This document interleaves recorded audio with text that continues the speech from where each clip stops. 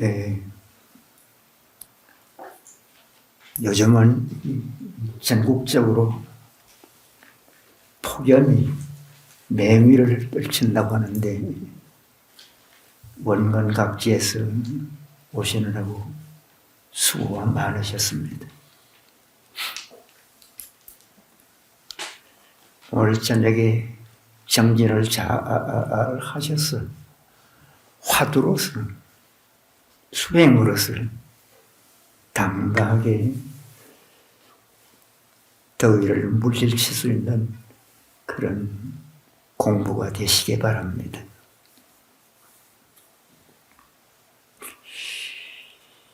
오늘 저녁에도 신홍보사 홍상사에게 보이는 두 번째 시간을 하겠습니다. 먼저 본문을 읽어드리겠습니다.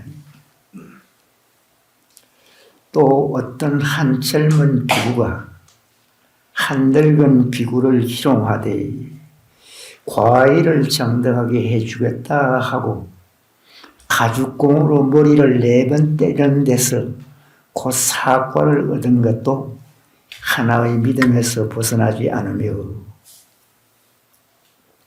양기가 자명화상을 참여하니 감사를 맡겼다. 그러고도 구연이 대단해 비공을 잃어버리고 도를 천하에 전파함도 역시 이 하나의 믿음에서 벗어나지 않는다. 위로부터 부처님과 조사들이 피 안에 올라 큰 법바퀴를 굴러 중생들을 이끌어 제도하고 중생들을 잃게 한 것이 이 하나의 믿음으로부터 흘러나오지 않은 것이 없다. 그러므로 말하기를 믿음은 도의 공덕이고 공덕의 어머니며 믿음은 위에 없는 불도며 믿음은 영원히 본래의 권한을 끊을 수 있으며 믿음은 속히 해탈의 문을 정득할 수 있다고 한 것이다 하셨습니다. 또 어떤 한 젊은 비구가 한 늙은 비구를 희롱하되 비구는 스님을 말합니다. 희롱하되 희롱한다는 말은 실없이 놀리는 것을 말해요. 가위를 정득해 주겠다 하고 가죽공으로 4번 때리는 데서 곧 사과를 얻은 것도 이 하나의 믿음에서 벗어나지 않는다 했습니다. 과일은 사과, 즉 소성의 정과의 4가지 등급을 말해요. 수다원이나 사다함이나 아나함이나 아라함과 4가지로 구분됩니다. 즉 남방 소성분류에서 최고위를 구분할 때 이렇게 4가지로 구분합니다. 이 4가지를 깨닫게 해주겠다 하시면서 가죽공으로 머리를 4번 때리는 데서 사과를 얻은 것도 따지고 보면 이 하나의 믿음에서 벗어나지 않는다고 했습니다. 4가지를 깨닫게 해주겠다고 하면서 가죽공으로 머리를 4번 때렸다는 거예요. 그러니까 사과를 얻었다는 거예요. 따지고 보면 이 하나의 믿음에서 벗어나지 않는다. 즉 확실하게 믿고 의지하는 데서 그렇게 아주 쉽게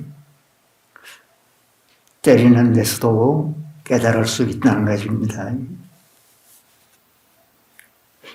또 양기가 자명화상을 참여하니 자명화상을 찾아서 참배를 하니 감사를 맡겼다 그랬어요. 감사란 원주를 말하는데 후원의 일을 총괄하는 그런 스님을 감사다 합니다. 옛날에는 감사라고 했는데 요즘은 원주라고 많이 씁니다. 여기서 양기란 누구냐? 양기 방회라는 중국에 아주 대단한 스님이 계셨어요. 이 종풍을 크게 열고 선용을 하니 오종 칠가다 하는데 칠가 중에 한 파가 바로 양기파래요. 그러니 대단한 그런 분이었습니다. 이 찬양 스님의 법을 였다고 합니다. 그로부터 9년이 되던 해에 식심을 읽어버리고 즉 무심이 되었다는 거래요. 즉 참무심, 즉 깨달음의 경지에 들었다는 것입니다. 그리해서 도를 천하에 전파함도 역시 하나의 믿음에서 벗어나지 않는다. 이 믿음이란 그렇게 대단한 것이 바로 믿음이다 하겠습니다.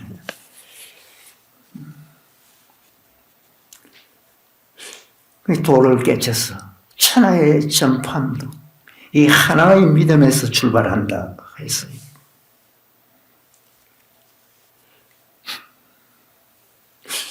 또 위로부터 부처님과 조사들이 피안에 올라 이 피안에 올라 피안이란 저 언덕이라는 뜻인데 깨달음의 경계를 말합니다.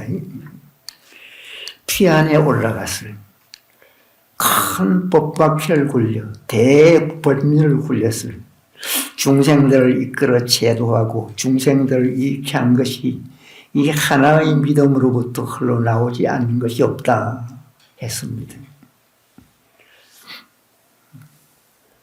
이 피안의 언덕에 올랐을 깨달음을 얻었을 대법륜을 굴렸을 중생 교화하는 것을 법륜을 굴리는 데 비유를 합니다. 중생을 교화하고 이롭게 한 것이 이 믿을 신자 하나의 믿음으로부터 나오지 않음이 없었다 합니다. 이 수행은 깨달음이나 중생 교화나 그 어떤 것도 가장 근본은 믿음이리. 그래서 고봉선사께도 이 화두참고를 하는데 3대 요소 중에 가장 먼저 대신심을 말했습니다. 크게 신앙심을 일으켜서 대분심, 분한 마음을 크게 냈어요. 대의심을 일으키라. 그래야만이 참으로 큰 의심을 일으킬 수 있다고 했습니다. 그래서 믿음은 부처님께서 말씀하시기를 믿음은 도의 근원이 도를 닦는 데 근본이 된다는 것입니다. 공덕의 어머니며 믿음은 위 없는 불도며 믿음은 영원히 번뇌를 끊을 수 있으며 믿음은 해탈의 문을 정득할 수 있다고 했습니다.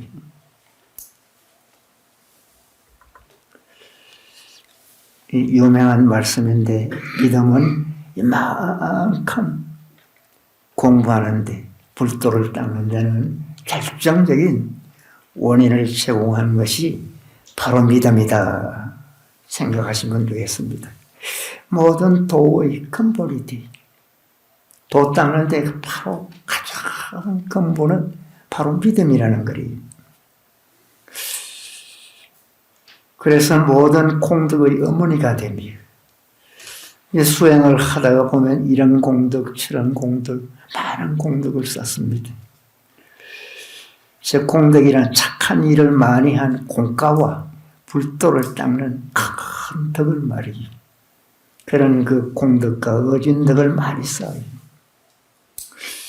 그런 그 공덕의 어머니가 돼.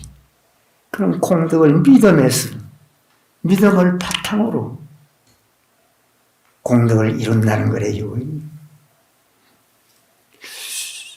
그러면서 믿음은 위 없는 불도가 된다. 위 없는 무상불도가 된다. 최상의 바로 불도 자체라는 거죠. 그런가 하면 부처님의 지혜가 되며 그 부처님의 지혜는 한량없는 지혜다 합니다. 흔히 그 태양의 비유예요. 그런 큰 지혜도 믿음에서 나와요. 그 믿음은 영원히 번뇌를 끊을 수 있습니다. 영원히 어떤 번뇌도 가장 수행의 장애가 되고 방해가 되는 그런 번뇌도 끊을 수 있으며,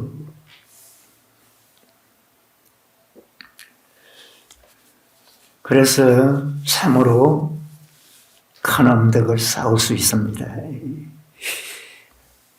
믿음은 능히 해탈문을 신속히 정득할 수 있다고 합니다. 해탈문, 깨달음의 문을 말이 일체를 벗어나는, 일체를 초탈하는 그런 문을 해탈문이다 합니다.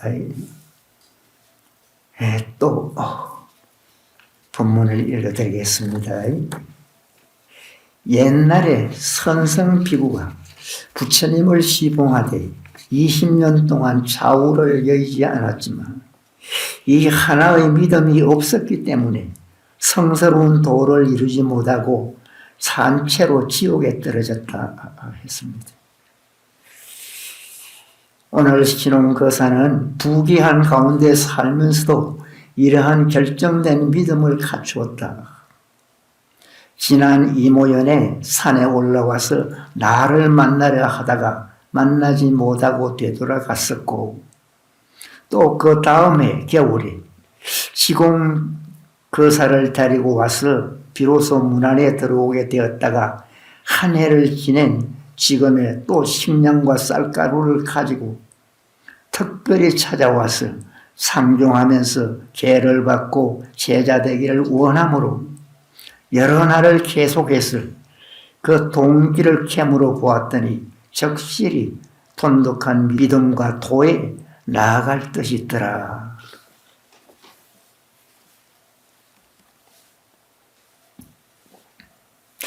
옛날에 선성비구라는 분이 있었어요. 이분은 속가적으로는 부처님의 사촌 동생이 해당이 되는 분인데, 부처님이 부처가 되고 나서 고향에 들렸을 때 왕조 일가가 여러 분이 출가를 하셨는데 그분도 그때 그 출가를 했다고 해요. 그 당시에 출가한 인재가 아주 출중한 그런 인재가 많았었어요. 그런 그 출중한 인재들이 불교가 단시일에 급격하게 성장하는데 큰 역할을 하셨다, 그렇게 보고 있습니다. 그 선성비구는 부처님을 시봉하되 부처님 시봉을 잘했다는 거래요. 20년 동안이나 좌우를 여기지 않고 이 좌우를 떠나지 않고 시봉을 아주 잘 하셨어요. 그러나 하나의 믿음이 없었기 때문에 그렇게 시봉을 20년 동안이나 잘 해도 성스러운 도를 이루지 못했다는 거예요. 도만 못 이루었느냐, 산채로 지옥에 떨어졌다는 거예요. 믿음은 그렇게 중요한 것이 믿음이다, 그런 생각을 하면서 믿음에 대해서는 각별한 그런 관심을 가지셔야 됩니다.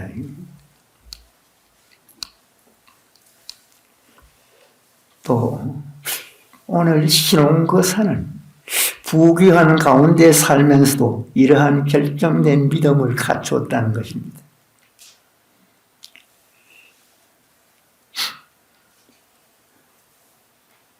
지난 이모연에 고봉성사가 살고 있는 산에 올라와서 만나려 하다가 만나지 못하고 되돌아갔었고, 또 그 다음에 겨울에 지공거사를 데리고 와서야 비로소 문 안에 들어오게 되었다고 합니다. 그 한 해를 지난 지금에 또 식량과 쌀가루를 싸가지고 특별히 찾아와 서로 친하게 지내면서 계를 받고 제자 되기를 원함으로써 여러 날을 계속해서 그 동기를 캐물어 보았더니 적실히 믿음과 도에 나아갈 뜻이 있더라고 했습니다. 이 신혼거사는 세속에서 아주 부귀하게 살면서도 결정된 그런 믿음을 갖추었다는 것입니다. 웬만한 사람 같으면 관직이 높다든가 그 부귀하면 도를 닦을 마음을 가지기가 어려운데 신혼거사는 달랐어요. 이모연에는 고봉선사 계시는 곳까지 올라와서 만나지 못하고 돌아가셨고 그 다음에 겨울에 지공거사를 데리고 와서야 비로소 문 안에 들어오게 됐다고 했어요. 또 한 해를 지난 지금에 식량과 쌀가루를 싸가지고 찾아와서 이 공부에 마음을 내고 서로 친하게 되었다 합니다. 그때 계도받고 제자 되기를 원함으로써 여러 날을 계속해서 보았더니 믿음과 도에 나아갈 뜻이 있는 것을 알았다는 거예요.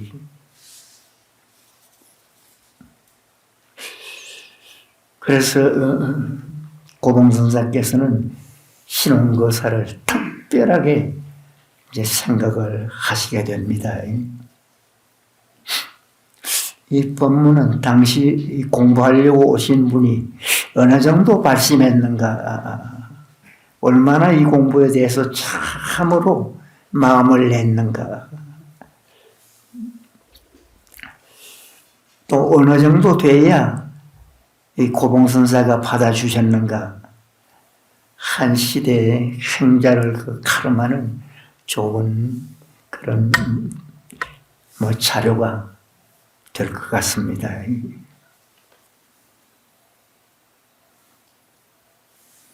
또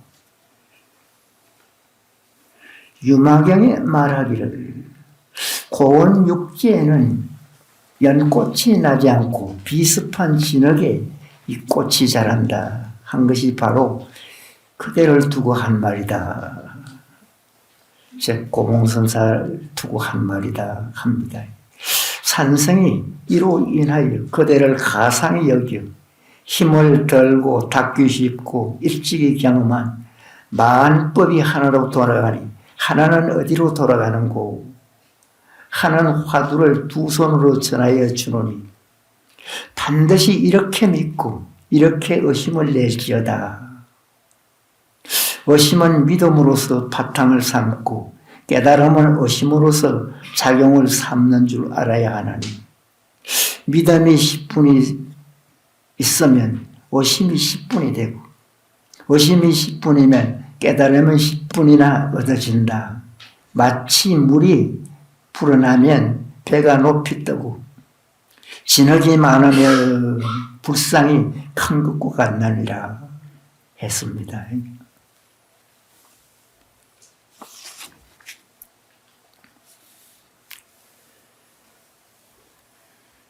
유마경에서 말씀하시기를 유마경이란 유마일 소설경이다라고도 하고 정명경이다라고도 말합니다. 초기 대성경전의 하나인데 인도 그 바이살리라는 곳이 있습니다. 그 유명한 부호인 유마거사의 불의가 일법으로 귀착하는 그런 삶에 대한 법문을 하신 것입니다.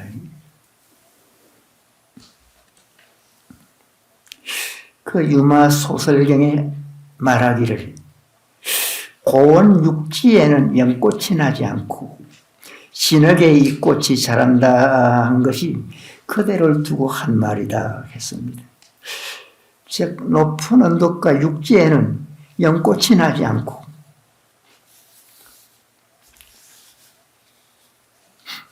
낮고 습하고 더러운 곳에 연꽃이 난다 했으니 그 연꽃은 그렇다고.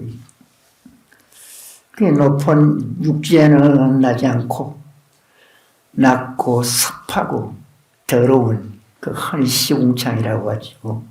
그런데 연꽃이 잘 난다는 거지. 그런데 연꽃은 아주 시궁창에서 나는 꽃이지만 아주 깨끗해. 물방울이 조그마한 것만 떨어져도 또르륵 굴러서 떨어져요.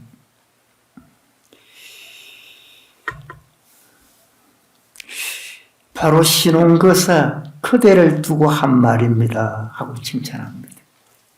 신혼거사가 연꽃과 같은 사람이다.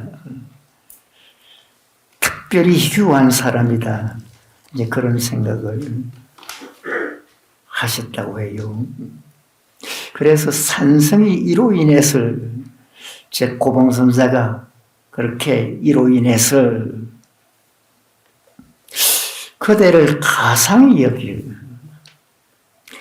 아주 착하고 갸륵하게 여기서 힘을 들고 닦기 쉽고 일찍이 경험한 그 화두하는데 아주 힘이 안 들렸다는 거리. 그런가 하면 아주 닦기도 쉽고 일찍이 경험한 만법이 하나로 돌아가니 하나는 어디로 돌아가는고 하는 화두를 두 손으로 전하여 주노니 반드시 이렇게 믿고 의심을 낼지어다 했습니다.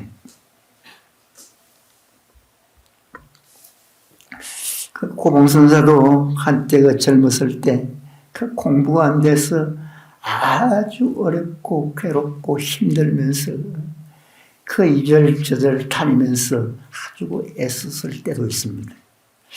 그렇게 안 되던 화두인데 어느 날 꿈속에 만법구일 일귀하처를 봤는 거리.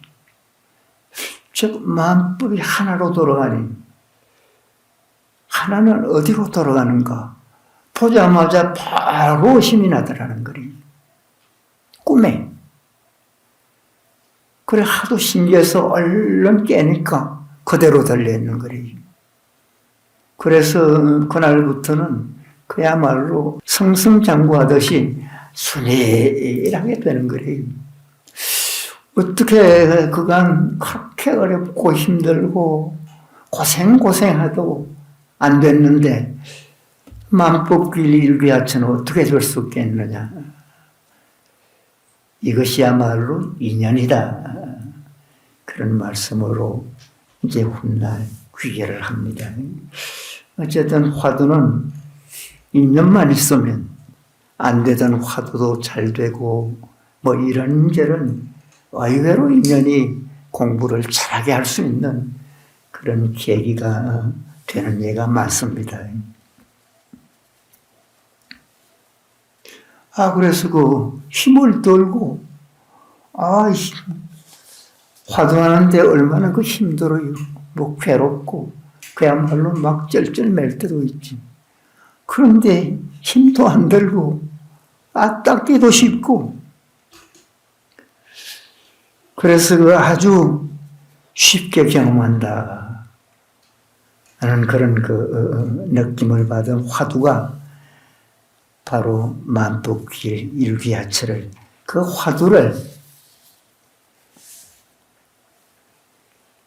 그 처사한테 주는 거래요. 두 손으로 정성껏 주는.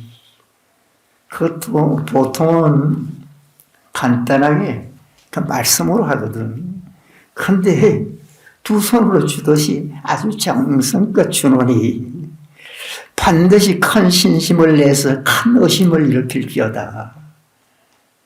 그렇게 신신당부를 합니다. 그런 의심은 믿음으로 바탕을 삼고 의심은 믿음이 바탕이 돼야 돼.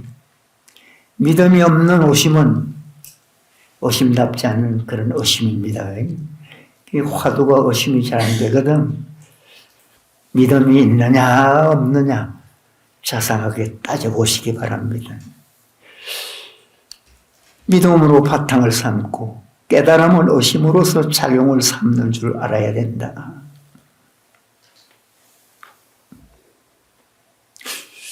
이 화두에 의심이 잘 안 나는 분은 자신을 잘 점검해서 따지고 따져보시기 바랍니다.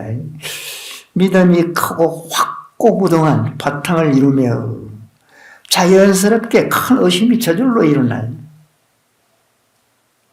그런 의심의 그 바탕에서 깨달음의 작용이 일어나는 줄 알아야 된다는 거예요.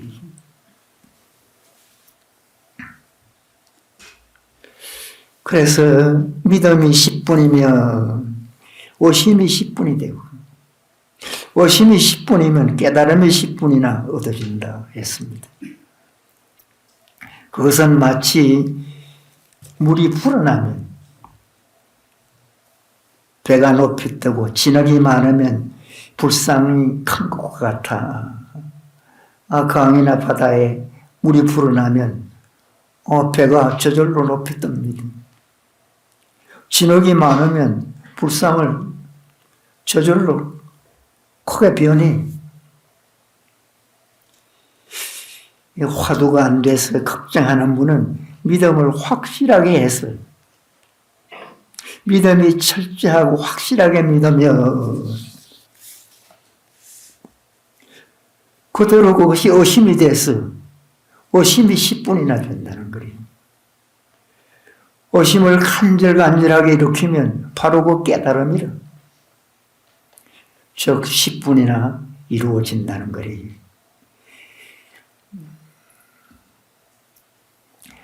믿음이 10분이면 의심이 10분이고 의심이 10분이면 깨달음이 10분으로 이루어진다.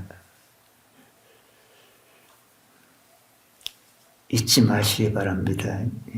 그것은 마치 물이 불어나는 것과 같고 진흙이 많으면 불상이 자연적으로 점점 커지는 것과 같아 했습니다. 또 본문을 읽겠습니다. 서역과 이 땅의 옛과 지금의 선지식들이 이 광명을 일으켜 선양하는데 이는 하나의 의심을 해결하는 것뿐이었다. 1000가지 의심과 10,000가지 의심이 이 한 가지 의심뿐인 것이니 이 의심을 해결한 이는 다시 다른 의심이 없다. 이미 다른 의심이 없다면 스가모니불, 미륵불, 유마거사, 방거사와 더불어 더하지도 않고 덜하지도 않으며 둘일 수도 없고 다를 수도 없다. 똑같은 눈으로 보고 똑같은 귀로 들으며 똑같이 수용하고 똑같이 나고 죽으며 천당 지옥에도 마음대로 논일고 범의 속을 마구니의 궁전에도 종으로 쾅으로 걸림없이 날듯이 자제롭고 자제로워 날듯할 것이다 했습니다. 이 서천이란 인도를 말합니다. 중국에서 보면 서쪽에 있다고. 서천과 이 땅에, 여기 이 땅에라고 한 것은 중국을 말합니다. 옛과 지금의 선지식들이 이 광명을 일으켜 선양하는 일은 하나의 의심을 해결하는 것뿐이었다. 즉 옛과 지금의 선지식들이 한 덩어리의 광명을 비추되 선양하다는 것은 비추는 것을 말합니다. 다만 이 한 개의 어정을 해결하지 않음이 없다. 즉 하나의 그 의심, 화두 하나를 해결하기 위함이라는 거예요. 그래서 1000가지 의심과 10,000가지 의심이 이 한 가지 의심뿐인 것이니 이 의심을 해결하는 일은 다시 의심이 없다고 했습니다. 여러분이 세상을 살아가다가 보면 수많은 의심이 있습니다. 그야말로 1000가지 의심, 10,000가지 의심이 있는데 이 많고 많은 의심을 화두 하나의 의심으로 똘똘 뭉쳐서 해결하면 다시 다른 의심이 다 일체 없어진다는 거예요.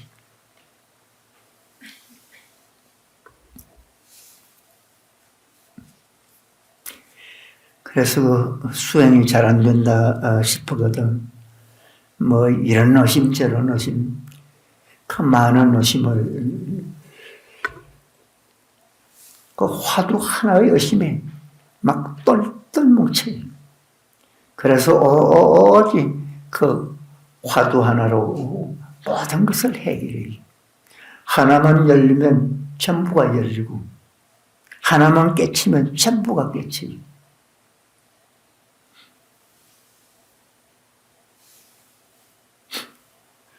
이미 다른 의심이 없다면,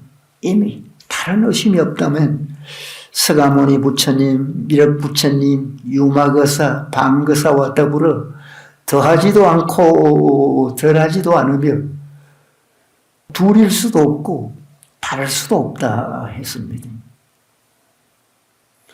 이미 다른 의심이 없다면 그 깨쳤음, 천가지 의심, 만가지 의심을 깨쳤음, 다른 의심이 없다면 서가모니 부처님이나 내세에 오신다는 미륵 부처님이나 그 인도 출신의 유명한 유마거사나 중국의 유명한 방거사와 더불어 더하지도 않고 덜하지도 않다는 거리. 바로 여러분도 그렇다는 거리. 여러분도 이 자리에서 바로 깨치면 이렇다는 거리. 부처님이나 그 유명한 거사나 천하 선지식하고도 조금 더 더하지도 않고 덜하지도 않다는 거리. 거기는 둘도 없고 다른 것도 없게 된다는 거리. 오직 하나뿐이라는 거리. 즉 꼭 같다는 거리. 여기에 계시는 우리 대중도, 나도 달마대사나 육조대사와도 조금도 다르지 않고 똑같다는 생각을 분명히 하고 확실하게 하시면서 늘 목표를 향해서 아주 진지하게, 간절하게 그렇게 가시기 바랍니다. 똑같은 눈으로 보고 똑같은 귀로 들으며 똑같이 수용하고 똑같이 나고 죽으며 천당 지옥에도 마음대로 노릴고 범의 소굴 마구니의 궁전에도 종으로 황으로 걸림없이 날듯이 자제롭고 자제로워 날듯할 것이다 했습니다.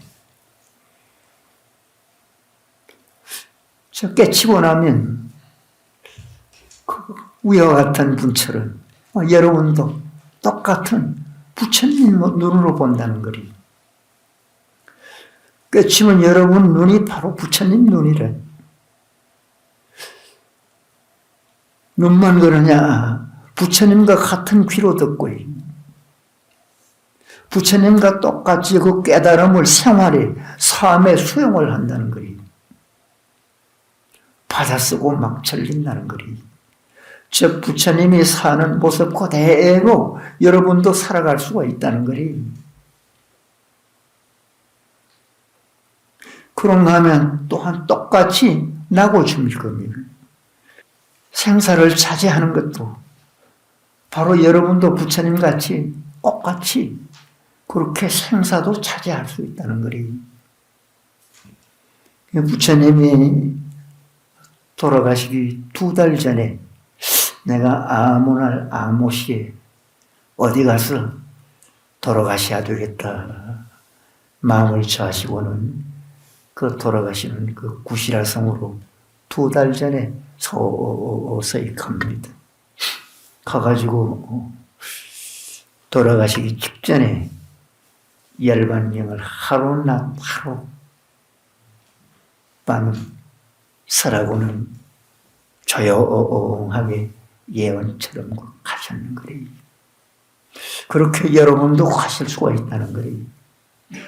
그런가 하면 부처님이 사바세계에 오실 때도 그냥 보통 사람 같으면 자기의 뜻과 관계없이 아버지 어머니가 만든 채로 그대로 태어나는데 부처님은 당신이 직접 삼천대천 세계를 자상하게 구석구석 보시고 어디가 가장 태어날 곳으로 알맞을까 요것저것 따져서 정한 곳이 인도의 그 카비라성 정반왕의 아드님으로 태어나는 것이 가장 출가해서 공부하기가 좋고 중생 교화하기가 가장 좋겠다는 그런 낙정을 하고 그렇게 태어나셨다는 거리. 즉 태어나시는 것도 맞춤형 태어남을 택했다는 거리. 맞춰서 태어나는 거리. 그렇게 태어나는 것도 여러분도 그렇게 똑같이 할 수가 있다는 거리.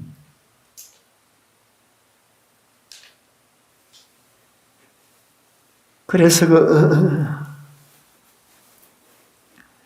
천당과 지옥 세계도 뜻가는 대로, 즉 마음대로 소유하며 마음대로 왔다 갔다 하며 호랑이 소굴과 마구니 궁전에도 종으로 횡으로 마음대로 걸림없이 날듯이 자유자재로 올 것이다 했습니다. 참 상팔자지. 이런 인생이 어디 있겠어요? 바로 여러분 이야기래요.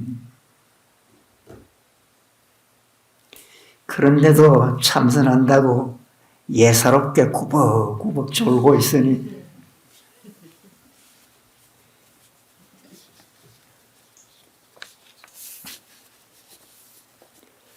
이 말씀을 오랫동안 기억하십시오.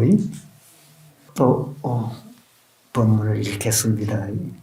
열반경에 말씀하시기를 생멸이 멸하여 다하면 정멸이 즐거움이 된다 하셨으니 이 즐거움은 허망한 생각이 옮겨 흐르는 증식의 즐거움이 아니라 참되고 깨끗한 함이 없는 즐거움인 줄 알아야 된다 했습니다. 공자께서 말씀하시기를 아침에 도를 들으면 저녁에 죽어도 좋다 하였고 안회는 제 공자님의 제자 안회는 그 즐거움을 고치지 않았고 또 정점은 공자님의 제자입니다. 춤을 추고 읊으면서 돌아오겠다 하였으니 모두 다 남이 없는 진공의 즐거움을 누렸다. 그렇게 말씀하셨어요.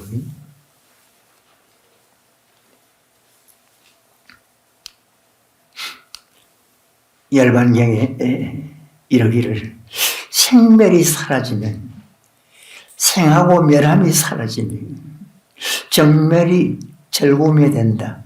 생멸이 사라지면 정멸한 상태가 돼. 고요하고 일체가 끊칩니다. 그 자체가 바로 즐거움이라는 거예요.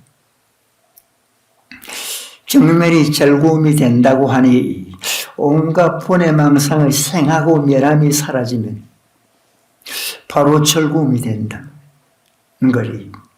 온갖 본해망상이 생하고 멸함이 사라지면 바로 즐거움이 돼요. 이 즐거움은 망념이 모여 정식의 즐거움이 아니라 즉 수행을 잘해서 선정에 들면 상승하고 아주 적적한 그런 상태가 돼요.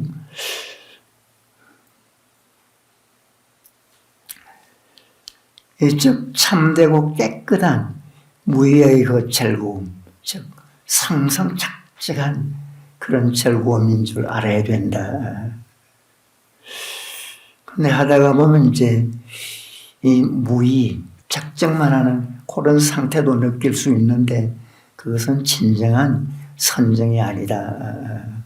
그래 보시면 되겠어요. 진정한 즐거움은 상승하고 척적한 그런 즐거움이다. 그래서 상승하고 척적한 엄덕은 죽었다 태어나도 다 갚을 수 없다. 이제 그런 옛 어른의 말씀도 있습니다. 그렇게 분명하고 확실한 것이 바로 성성적적입니다. 공자께서 말씀하시기를 조문 도면 석사라도 가이라 했어요. 아침에 도를 들으면 저녁에 죽어도 좋다 했어요. 아침에 도만 들으면 저녁에 죽어도 좋다는 거리. 그게 도라는 거리. 공자님의 아주 유명한 말씀이죠.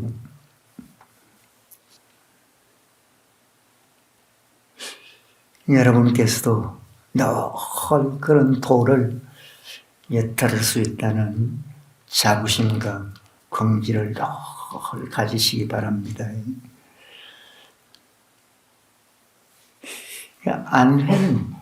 안회는 공자께서 가장 아끼는 제자였다고 해요. 공자 말씀에도 안회의 점잖함은 나보다 낫다 했다는 거예요. 아내가 아주 점잖았답니다. 그런데 아내는 아주 몹시 가난했어요. 그 가난 속의 즐거움을 조금도 개의치 않았다는 거예요.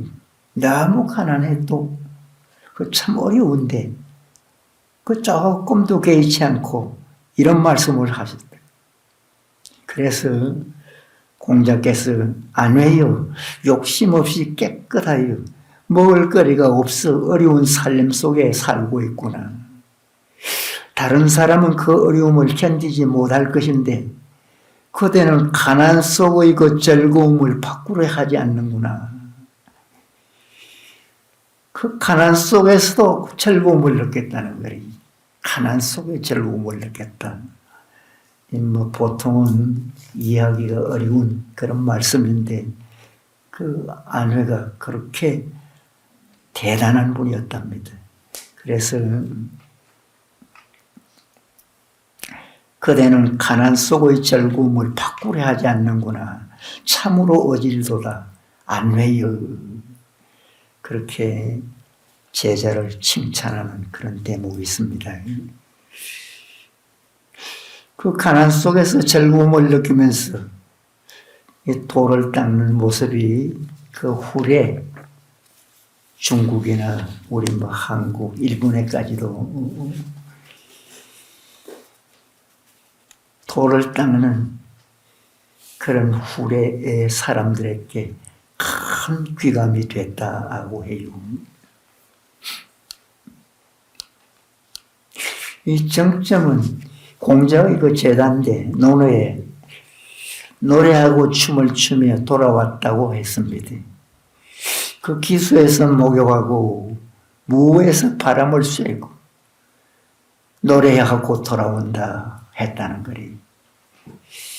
이거는 모두 다 남이 없는 즉 무생의 진공 상태, 참 진리 상태의 그 즐거움을 마음껏 누린 분이다.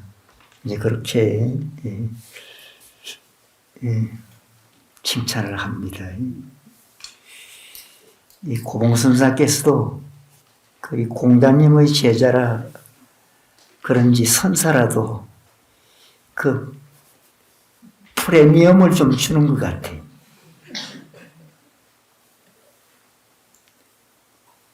이 중국 사람들은 안 듯 모른 듯 다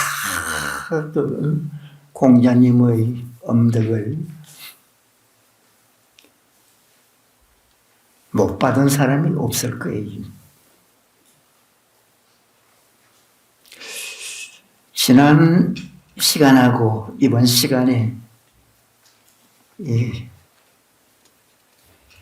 아주 좋은 그런 내용인데 이 진정한 믿음이 어떤 것이라는 것을 바로 보고 바로 알았어요.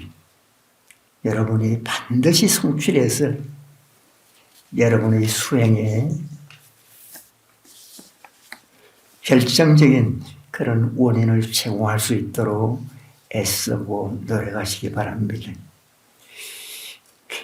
그래서 여러분의 공부가 한두 단계 정도 막 업그레이드가 될 정도로 그렇게 좀 파격적인 그런 공부가 되도록 애쓰시기 바랍니다. 지난 시간하고 이번 시간의 이 내용을 댁에 가셔도 수시로 읽어봐요. 수시로 읽고 꼭 믿음에 대한 결정적인 그런 마음을 늘 가져서 이 공부를 참으로 성취할 수 있는 그런 계기가 되도록 애쓰시기 바랍니다. 요새 세속에는 그 열대야가 유사일에 이렇게 더울 때가 처음이다. 그런 표현도 쓰고 아주 덥다고 하는데 여러분이 이제 공부만 잘하면 삼매만 들어요. 삼매만. 삼매를 제대로 들어서 아주 상상하고 착착한 그런 상태를 늘 느끼기만 해요. 그러면 덥다 이런 이야기 저런 이야기 별 이야기가 오가도 그런 사람한테는 전혀 영향이 미치지 못해요. 즉 화두의 그 힘, 이 수행의 그 힘은 그렇게 대단할 정도로 즉 보통 사람이 느끼고 괴로워하고 참 어렵다 괴롭다 힘들다 별 이야기가 다 오가도 고요하고 편안하면서 아주 말하면 약간 그 냉기를 느끼고 냉기를 그러면 더운 곳에 있어도 별로 더운 줄 모르고 이 자부심과 긍지를 가지고 그렇게 살아갈 수가 있습니다. 어쨌든 화두가 화두에서 여러분의 이거 진정한 행복과 보람을 꼭 느끼시기 바랍니다.